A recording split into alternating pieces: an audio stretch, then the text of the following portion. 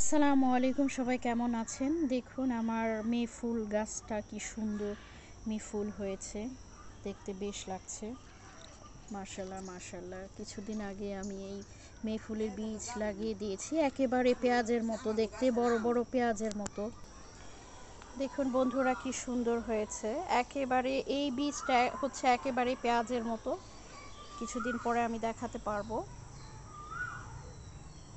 কিছুদিন আগে আমি লাগিয়েছিলাম অনেকগুলো একটা টবের মধ্যে। মাশাল্লাহ।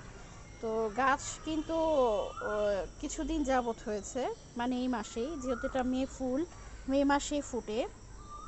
আল্লাহর অশেষ রহমতে আমি ভাবছিলাম যে আসলে এই বছরে ফুটবে কিনা আমার বাসার। দেখেন কি সুন্দরী, যে আর একটা টবে লাগানো হয়েছে, কি সুন্দর লাগছে দেখতে। মাশাল্লাহ মাশাল্লাহ।